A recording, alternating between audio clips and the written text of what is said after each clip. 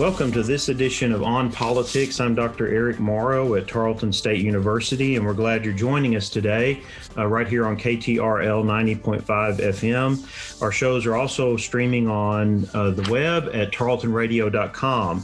And I want to encourage you, as I do each week, is if you're not able to hear us when we broadcast, to look us up on SoundCloud, where the show goes after it is aired, and also wherever you download your podcast. That could be Spotify, Apple, Amazon.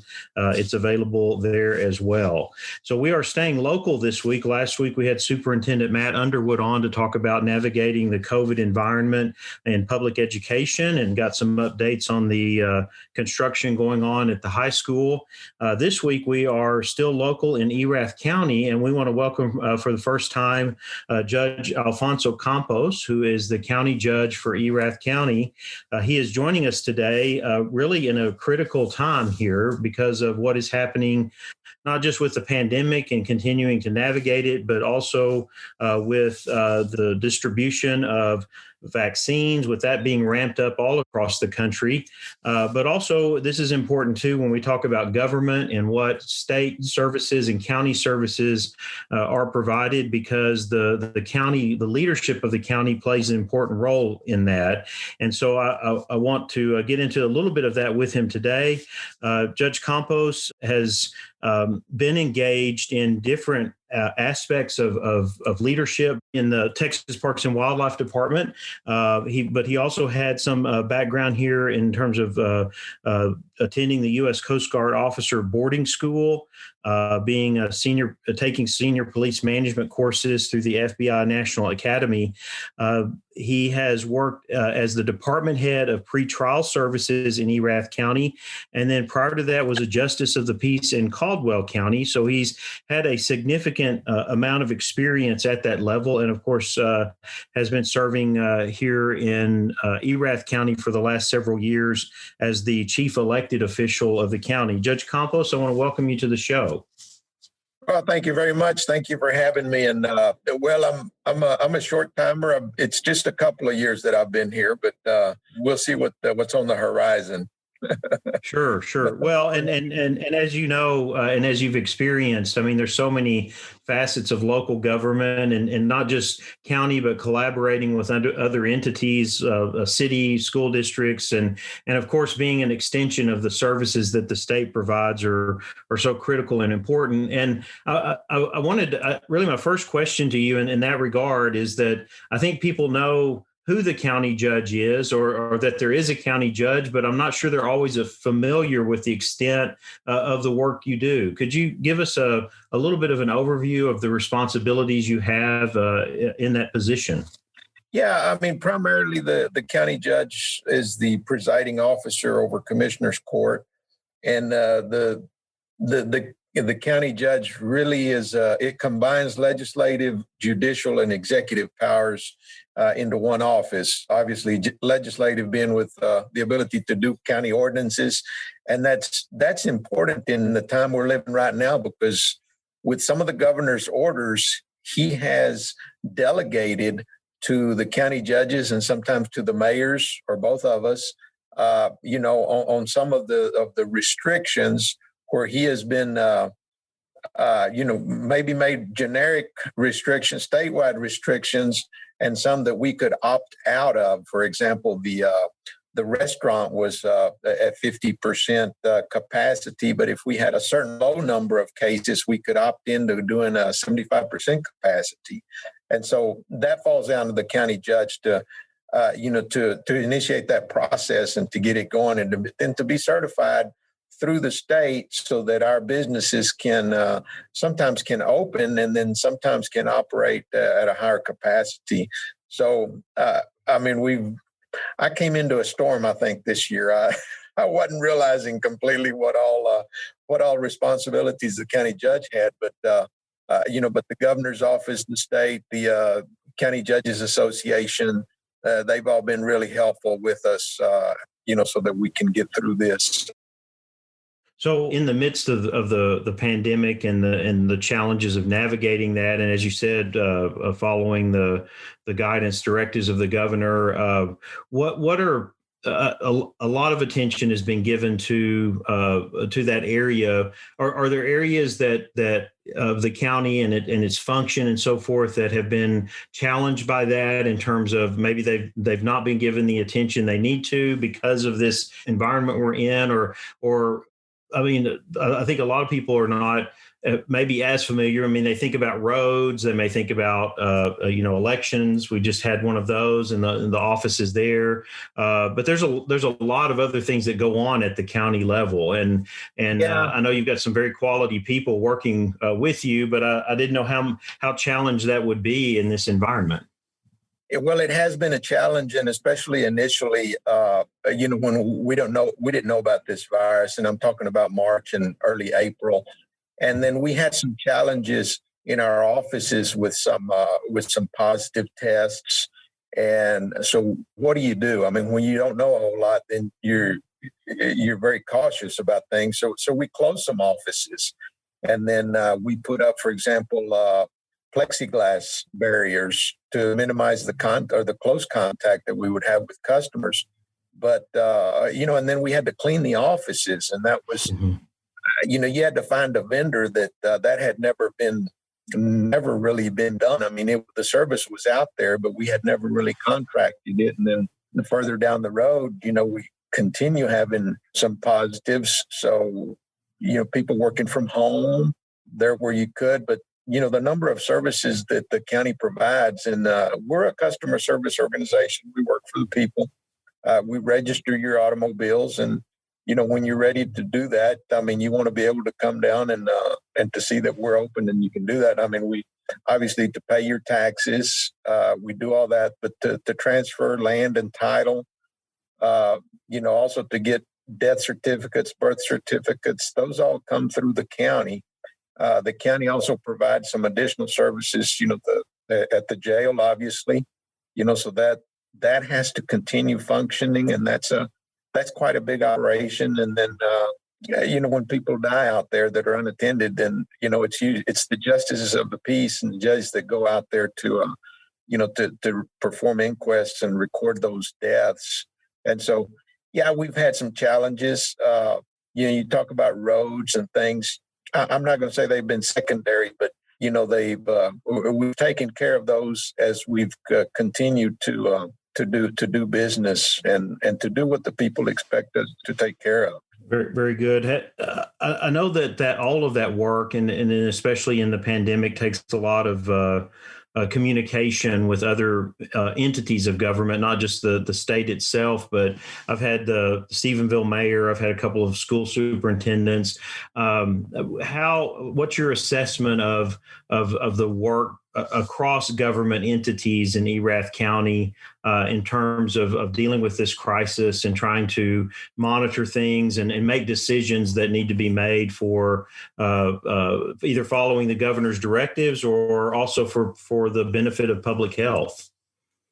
Well, I've been really proud of everyone involved, and I'm going to say county, but I mean that encompasses everyone from the cities, Dublin, Stephenville, Tarleton University, the hospitals, and the doctors, and just everybody that's going to be involved there. We started having conference calls early on, and then when it looked like we were going to have 20 to 30 cases, and it just really slowed down, and we were wondering if sometimes we'd have a case, and some days we wouldn't. But then suddenly the gates opened about June or July, and then we really were glad that we kept doing those conference calls, because believe me, we were considering say, hey, is this thing over? I mean, we didn't know. We really didn't know. And it turned out that no, it wasn't over. It was just beginning. And, now we're having those conference calls, and we're really glad that we spent all that time, visiting and discussing, what were some of the responsibilities were going to be, almost practicing when we were having fewer deaths, fewer cases, and fewer hospitalizations for the rush, if you will, that we've had in the last month or so. It's just been, our hospital is handling it, and they've been on the top of everyone's list. Let's take care of our hospital, and that's understandable. So, what we have to do in getting our message out is to to try to tell people to encourage them to take all the precautions that they can. If wearing the mask, staying home if you're not going to do that. Keep maintaining social distance, and then washing your hands. So one of my conversations with Mayor Savine here in Stephenville, and this has been months and months ago, when I happened to pass. I'd interviewed him before the pandemic, and then we saw each other in town, and it was at a point where they were really trying to remind people in the community about taking precautions and just being safe and those kinds of things. And I wonder, in your engagement with, like you talked about the restaurants with the capacities and things like that, have you sensed a good level of cooperation among businesses, and especially restaurants, or those that have been in the governor's executive orders that have, said, hey, let's limit a little bit in order to try to get through this? Or has there been some, pushback on that, or are people fairly understanding of trying to balance their livelihood that's been in the balance here, as well as safety? Yeah, well, I think we got over that initial hump of closing businesses, and the governor really doesn't want to do that anymore. But in order to maintain that, then we're going to have to take the precautions so that we can keep some of our numbers down. Now, we've already exceeded some of those numbers, and so we've had to get bumped back to 50% on our restaurant capacity and with some of our businesses. But now, I'll get a call from a citizen here and there and saying that somebody is really overcrowded, or somebody's pushing the envelope on the capacities, or otherwise, or not wearing any, not taking any precautions. And I try to be sure to follow those calls up, and to call the person that was complained on and say, hey, I just want to let you know, okay, I got this call. Because I think it's my duty to point it out to, hey, these are your customers. This is how they view this. And I wanted you to know that one of your customers called me and said, hey, we need to either, not have as big a crowd in there, or we need to take the more precautions, have more of your customers, encourage them to wear masks, if that be the case, or the social distancing. Because, some of the bars especially, they got closed. They're closed right now. So, it's not out of the realm of possibility that if our hospital gets overburdened, that we will have to have some severe restrictions. Right. I know I'm following the numbers in the Metroplex as well, and those hospitals, the challenges that they're having right now too. I mean, the options, I guess, that we have, if once you're at capacity, are challenging to try to get the kind of care that people may need, whether it's related to COVID or not. What's on the horizon here? I mean, I saw an article out today about the amount of vaccines that are going to be coming to Texas initially. Is there any information that in looking ahead that the states put out that gives us a sense of how this is going to move over the next weeks and months in trying to get this turned around? And I would assume at this point the strategy is through the vaccine. It's trying to have the safety policies in place and that kind of thing. But as we're seeing, we still have a challenge before us. And so, what do you know what the strategy looks like in the weeks and months ahead? Well, just from some of the conference calls I've been on, I know that they've gotten the vaccines delivered to them to 110 hospitals in Texas. Now, some of those are going to be major, and like ours locally here, we're affiliated with Texas Health, which is through Fort Worth, and it's a big system. So whatever they get, some of it's going to trickle down to here, and then also because the emphasis is going to be on the healthcare workers first. Then the state has had to identify, who are the healthcare workers, that would include hospital personnel, obviously, emergency management services, long-term care providers, home health workers, pharmacy personnel are going to be included in there. Last responders, which is a name given to, the funeral home embalmers and things like that. They're going to be in the mix, and then school nurses initially. And that's, just in the state, that's like 1.5 million in personnel. So, a lot of the vaccine initially, that's where it's going to go. That's where it's planned to go. We have already had some vaccines administered here locally, and that would be with the doctors and the hospital personnel. I don't know how many for sure, but just for reassurances that we have had some here in Stephenville. Very good. On that note, too, is the state or the county involved in a way of trying to get public communication out about about vaccinations, or do you see that on the horizon, and how that may be in terms of either encouraging people? I mean, I know it's in the end, it's up to an individual whether to get it or not, and we know there are people out there that are concerned about it. It seems like I'm seeing more and more information in social media and others where people are at least doing some research, a little reading, and they seem to be feeling a little more comfortable about this, especially with the way that the pandemic's been going. But I didn't know if the county would be involved in trying to get information out and encourage people to get the vaccine. Well, yeah, I mean, we're going to piggyback off of the Texas Health and Human Services Department, and they obviously they have a campaign to try to get the word out. And at the same time, they've been doing some surveys, and in their initial surveys, 53% said yes, they're gonna take the vaccine. 19% were undecided, or 19% said no, and the others were undecided. So, I mean, a split, yeah, people are evaluating it, but it's not going to be mandatory. So each person will be able, make up their own mind on it. And down the road, I don't know. All I know is, the DHS, the Department of Human Health Services, they are going to have a place where if you get the vaccine, you can put in a little app on your phone, and you can help them to monitor your health, so that if you have any adverse reactions, they know right away, because they're going to want to, of course, they're going to want to know if you have adverse reactions.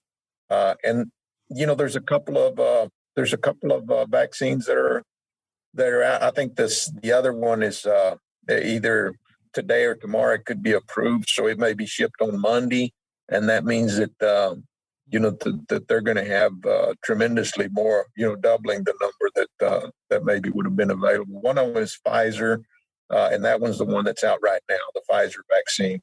The Moderna is one that's coming up, and it could be distributed as early as Monday. Very good. Well, we're hoping for some promising results with that, it seems like the success rate with it, at least in the trial runs, and we'll see what happens, because I know you as well as others, and we've certainly seen it with our public services and law enforcement, and the challenges that people are under in the midst of this to continue to provide the services that they do. Speaking to that, so we're right on the threshold of another session of the legislature, and my background in teaching government and being involved in policy, I always let students know that when we talk about this, especially when we're talking about resources in the state, that levels of government are always advocates for themselves as well. They're just like Tarleton State as an institution is advocating for more resources to accommodate growth and plans and all of that. the counties and the city, local government as well. In looking ahead to that session, are there any major issues that you're aware of, either through the county associations or so forth, of that the legislature may be taking up related to county government, way we structure it, or resources, or certain areas that may get attention? Yeah, I mean, one of the things that in county government I've learned that to be on the lookout for during a legislative session is it's called unfunded mandates, and that's where there's a law that's passed that's going to require the county to provide certain services, and there's always a price tag with that, but a lot of times it's going to be borne by the county. One item that has been discussed is, transferring the driver license to to locally, because right now the state does that. If that's transferred locally, that obviously would be a big increase in the services that we would be providing. So we'll be watching for that.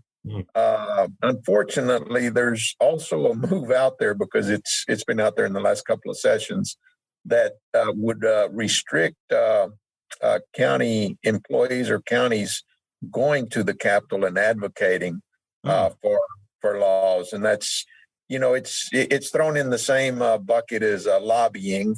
And some are of the feeling that county employees should not be compensated for going down to the Capitol to advocate for something in their own county. But if you're in county government, you feel like you lose a lot of strength, you lose a lot of say if you're not able to go make a trip to the Capitol and advocate. For example, absorbing the driver license renewals and issuance would cost us a lot of money, and we want to say that. We want to make our voice be heard, and if we're not able to do that, then we wonder just if it's going to be heard, or if they would take that into consideration. There's other items, but most of them are like with the mandates that because it just causes us to in the county to expend more resources on some of the services that are right now provided either by someone else or provided by the state. Well, and I think that's a whole area of education that when we get into teaching state and local government, that we try to help students understand that a lot of these services, depending on where you live, there are things that the county does solely. There are things that cities do, school districts. I mean, and then there's some of those that cross over depending on where you are. And hearing that about you talking about the lobbying aspect of it, if you've got other governments within your county that are able to do that and you're not, that seems like that would be a significant challenge in keeping those different areas that are covered and often in either different ways or completely different from being in front of lawmakers as much. So that one I'll have to look into as well, and we'll maybe track that one and keep people informed on the show, because I've seen that with students in the classroom that, and sometimes I've started out in the first few sessions of class and say, did you brush your teeth this morning? Did you drive on a road to get to school? Did you stop at a stop sign? Telling them, look, you already interacted with local government 3 or 4 or 5 times before you even stepped in the classroom of a state institution.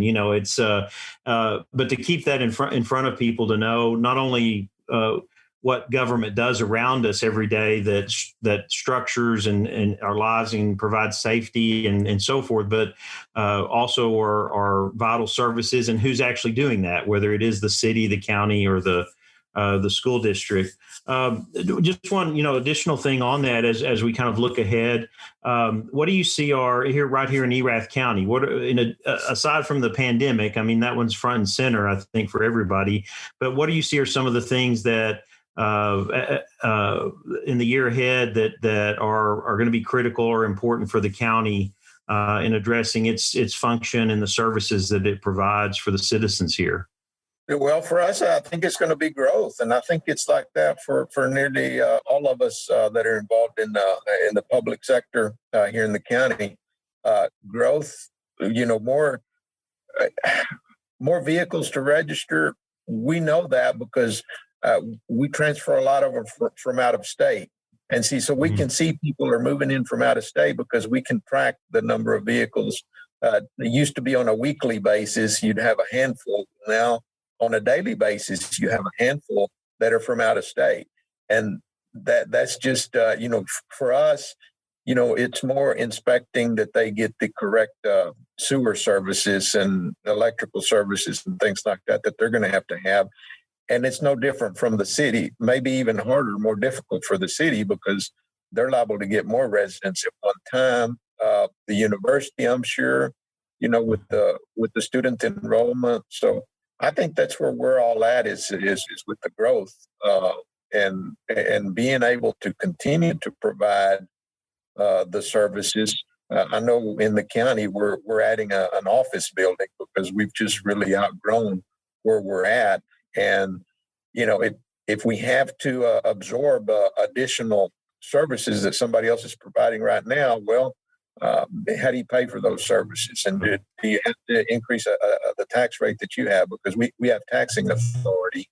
And so that's just a little something that we go back and forth with the state on, and even with our legislators, our senators, et cetera. We want them to be sure that to take us into consideration, that they don't put undue burdens on us that we have to meet because of a law that sometimes it may not really have to be that specific to us. It's specific to somebody else, but it ends up affecting the whole state. And so, we want to have our voice heard down in Austin. Sure. And so I hope we can somehow get around that one. For this year, I guess it's going to be fine, but because if it passes, it'll be in the next session that it's going to affect us.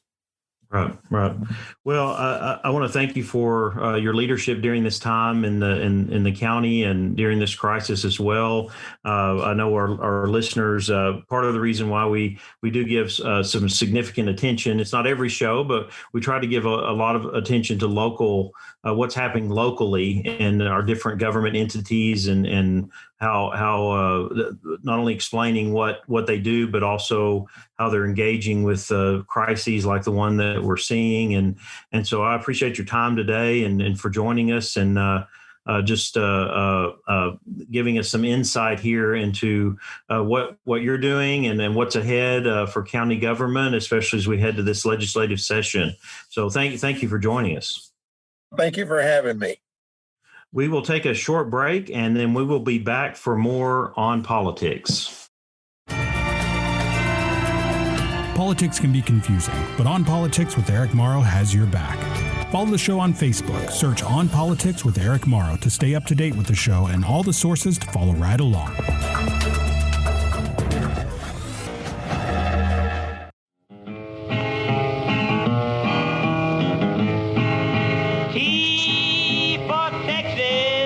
T for Texas is a Texas-based history podcast from historian Dr. T. Lindsay Baker. Find a new episode every Thursday morning wherever you get your podcasts.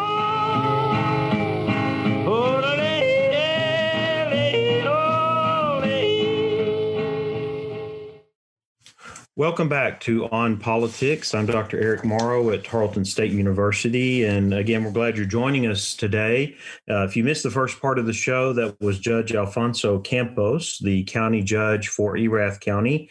And I would encourage you to go back and listen, which will be available on SoundCloud after the show or a podcast. But just a conversation about county government, some of the things that are happening in the midst of the pandemic, the vaccine distribution, what's coming up in the next Texas legislative session. I got into a little bit of detail, but I want to follow up some with that because we do this in state and local government classes, teaching our students, and that is to try to help them understand local government. And one of the things that we find when we do assessment about basic knowledge of government, that many students have a better knowledge of federal government. That lessens a little more when you talk about state government. But when you come down to local government, it's even less. And I think that's very challenging because local government provides us most of the services that come from government. Most of those services that we rely on and at many points take for granted on a regular basis come from our cities, our counties, and our school districts, and then other special districts that we have throughout the state of Texas. And so it's really important that we're engaged with that we keep up with news of what's happening. This is where our different levels, whether it's our city council or school board or the county commissioner's court, where they're making the decisions. They're like those. They're the legislative bodies of these local levels of government that are making decisions about the services that are provided and about the welfare and the public good of those in a specific region, whether it's a city or a county. And so I think that's something important that we all should be aware of. What types of services are provided by what level of government? And I'll post some things on Facebook. The Texas Association of Counties has some great videos that help to explain that. What's the difference between city, county, and state in terms of the services that are provided to people? It's just really important to know that and to understand that, to not take it for granted. Like I said during the interview, I asked students what they did that morning. Did they brush their teeth? They used water. That water comes through a water facility and be the result of local government, a water district or city, the driving on the street, the stoplights. I mean, there's just so many different things that are in place in addition to public safety, public health, and other resources that we need to be aware of. So we're going to move here in the second half of the show from local government back to federal government to talk a little bit about something that's kind of flying a little bit under the radar. It's been getting a little more attention the last few days, but it's been overshadowed this week by the counting or the casting of the Electoral College votes on Monday that confirmed Joe Biden as the winner of the presidential election, and also the distribution of the Pfizer vaccine and the approval of the Moderna vaccine to fight the pandemic. So these have been the top stories of the week. This is where a lot of media attention has been. But last week, we had one of the most significant cyber attacks on the U.S. federal government. It's starting to pick up a little bit of traction here in terms of the attention that this is getting. But I did an interview earlier in the week on this, and I wanted to bring it on the show because as we've moved through the week, there's been a little bit more information. And I think this is something we all need to be aware of because this is the day and age in which we live. This is a time when it's no longer someone physically having to get into a facility and get to documents and then share them with someone and so on, because we use so much technology now, and that technology, as we're seeing with this attack and with others that are ongoing, the access to that, you can be completely on the other side of the world and get access to top secret information and documents if you're able to penetrate cyber defenses and so on. And so I wanted to give some attention to this, one, because on the one hand, this goes on all the time. Governments around the world, especially large governments, the United States does this, Russia, China, the UK, others, they spend significant amount of money to do this cyber espionage and to try to get access to computer systems that have data and information. This is ongoing, and it's just it happens all the time. I mean, you can go to I think there's the Center for the Strategic and International Affairs, where they document. And you can look back over the past year, and each month you can see 10 to 12 different kinds of cyber attacks that have gone on that were significant. So that's the first thing to understand about this, is that it does go on. It's a part of the international scene. It's a part of our world. It's a part of the engagement of countries with other countries, whether they're friends or enemies or so forth. The challenge here is that these attacks are getting more and more sophisticated. And as we look back over some of the more significant ones, we can look back to 2015 when the U.S. Office of Personnel Management, their systems were hacked into, and it went on for several months that access was there until it was discovered. Or in 2006, the U.S. Department of Veterans Affairs there was an attack there in which information was taken as well. Those are minor compared to what happened this past week.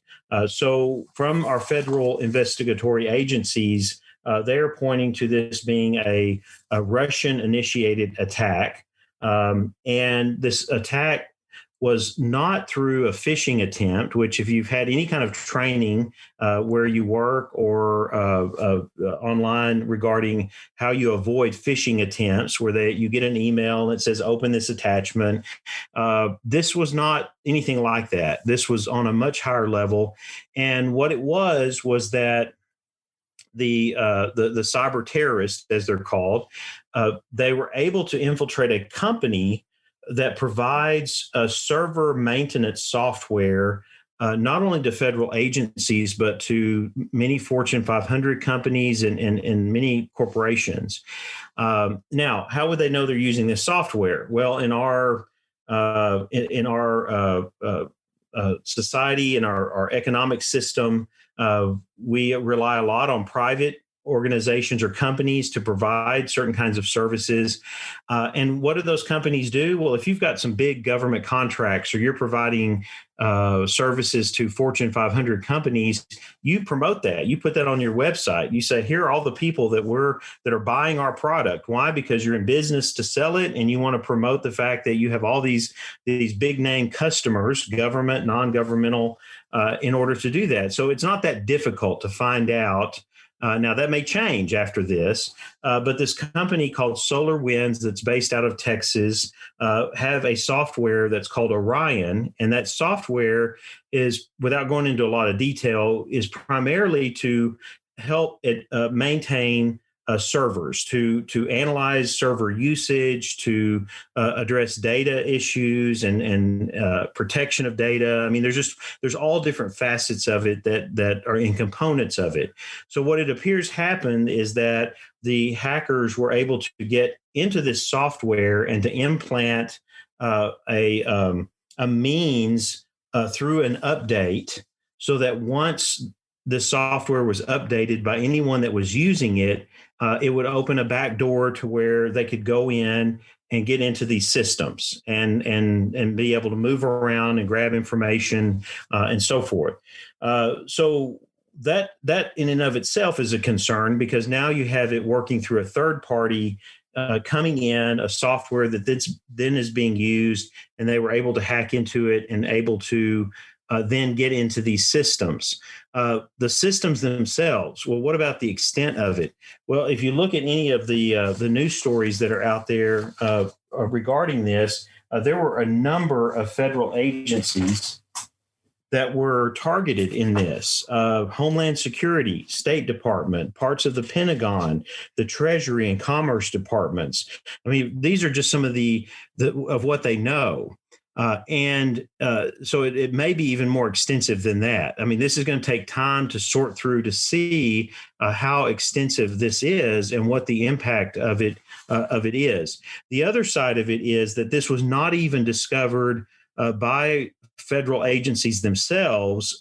It was an outside contractor, a private cybersecurity firm called FireEye, that alerted American intelligence that the hackers had gotten into these systems, because FireEye was also using SolarWinds, was also hacked. And so when they discovered this, they went to say, okay, wait a minute, we're monitoring all these other systems for the federal government, and we see that the same thing has happened. In fact, some of the reporting on this says that about 18,000 private and government users downloaded this tainted software update, which gave hackers a foothold into victims' systems. So again, this is being pointing to the Russians for this. one of the things I was asking in the interview was this hackers that are just out there somewhere and they're just doing this to get the information and sell it or so forth. And I have to explain, and I'll explain it here as well, that again, this is the regular work of what governments are doing. This is a part of espionage for a variety of reasons. It could be to get information that could be used in different ways in order for some financial benefit. It's to get information that could be used to counter. And when we're talking about arms and technology, but to counter what one country is doing and be able to do the same things, to level the playing field, as we would say. Okay, what are they doing? What do we need to be prepared for? How do we compete? How do we do and protect ourselves from what this other country is doing? Remember the billions and billions of dollars that go into defense spending, that is developing technologies to prevent attacks and to keep other countries at bay in terms of technological superiority. So this is going on, and so it's very clear from our federal agencies that they're our security agencies, the National Security Agency, that they're pointing to Russia as the source of this attack. But what's significant about this, as I've already said, is the extent of it. And now, as the week has gone on, federal officials are now getting very concerned about this. In fact, an urgent warning was issued on Thursday that the hackers who had penetrated deep into these government systems, they also used other malware and different attack techniques. So this is not just the end of it. It's not just this one software and its updates that you could shut it off and break the connection here. There are other things that have been planted now in these systems that could give Russian intelligence agencies more access in the future, other ways to get inside these systems.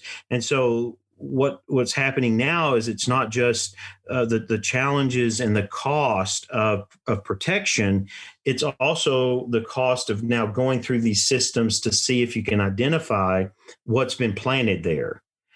That raises a number of concerns, not just continued access by hackers into government systems, but also what could happen? What could they do with this? What does this mean for us? I mean, and I think this is where this goes when we're talking about and reflecting on it, and then looking at what government is doing to counter this.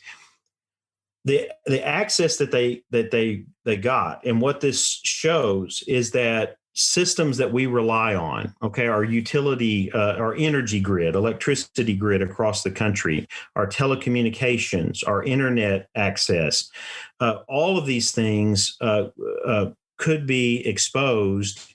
There could be a level of access where those systems could be manipulated. Okay, that was the concern about the election. A lot of that was adjusted. We went back to bifurcated systems with printed ballots and different things like that across most of the country.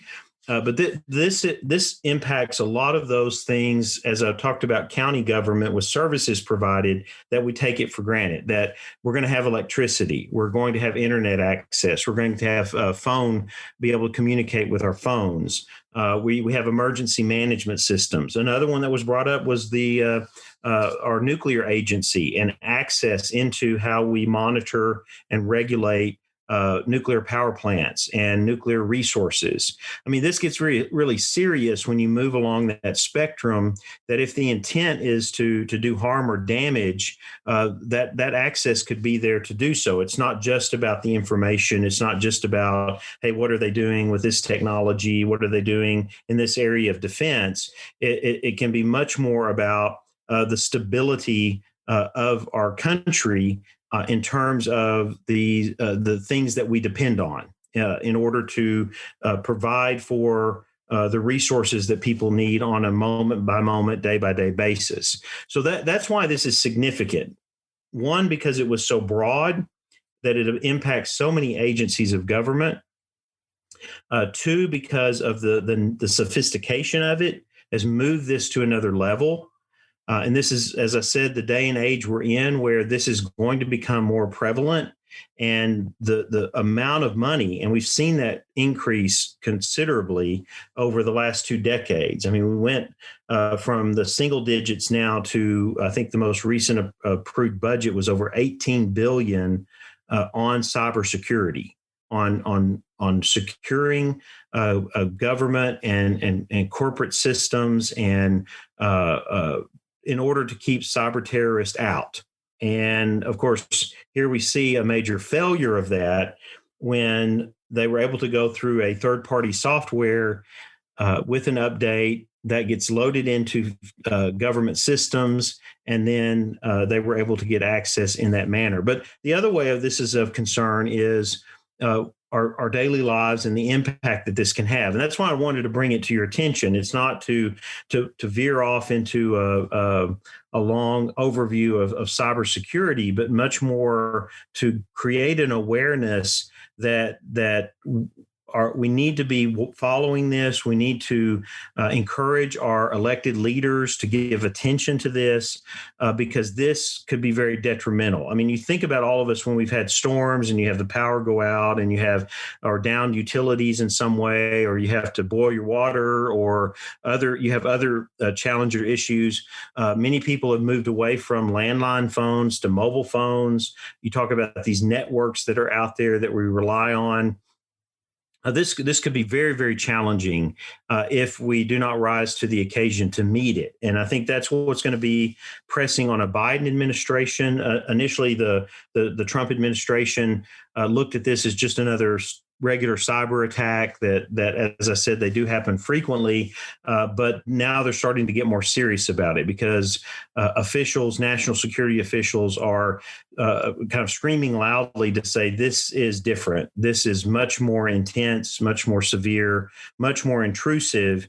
And there's a need to not only find out how intrusive this was, but we've got to do more to protect government information and data in order to protect our country. And it is a national security issue. It is very much so when you have other countries that are coming into our departments of government and being able to access this kind of information. So I wanted to bring you to this attention. There's a lot of articles out there about it. I'll post some on Facebook so that you can read into this and kind of follow it.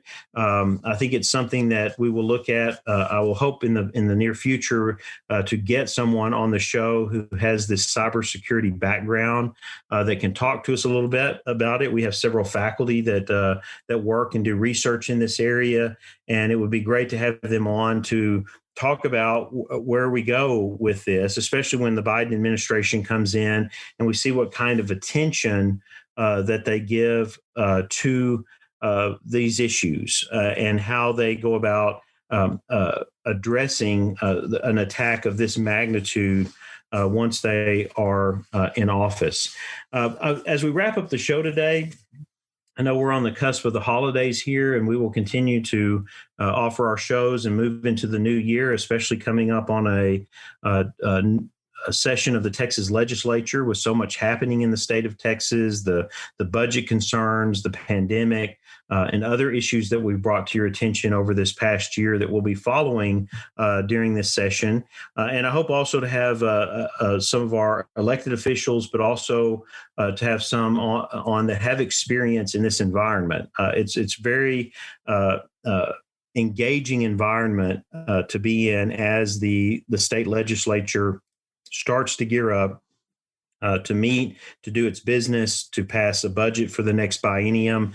And so it's going to be a unique time given all the circumstances and the challenges that we're in. But as we wrap up here for the year of 2020, I do want to wish everyone a safe holiday and an enjoyable one. One of the things I think, as we heard from Judge Campos and as we're seeing in other from other sources as well, and from our public health officials, is just encouraging everyone to be safe. We've got to weather this thing out. The vaccines are being distributed.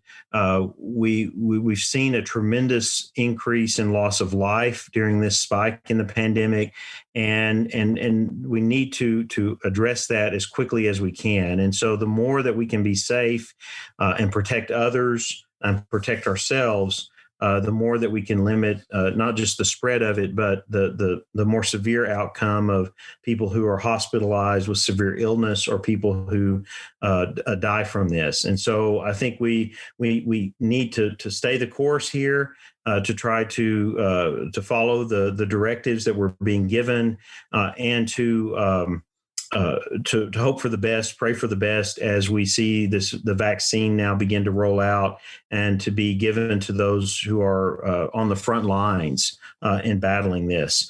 So I encourage you to do that and to think about doing your part here in our local community and beyond in engaging with this and in advocating for best practices here in terms of safety, so that we can get through that in the weeks and months ahead.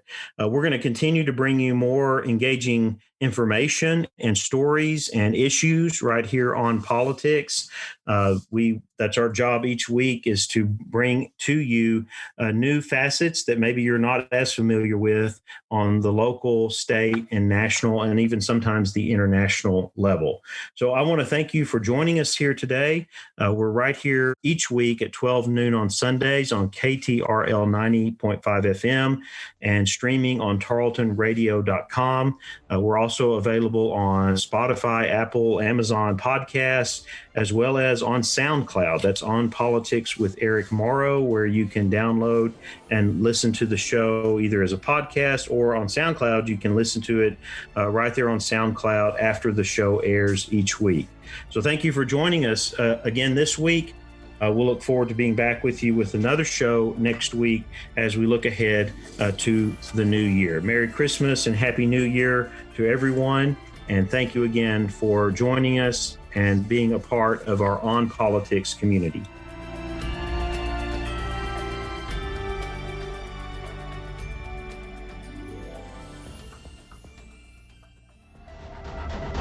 This has been a Tarleton Radio Network podcast with production from me, Taylor Welch. And me, Carissa Cole. Find more great shows by searching Tarleton Radio Network wherever you get your podcasts.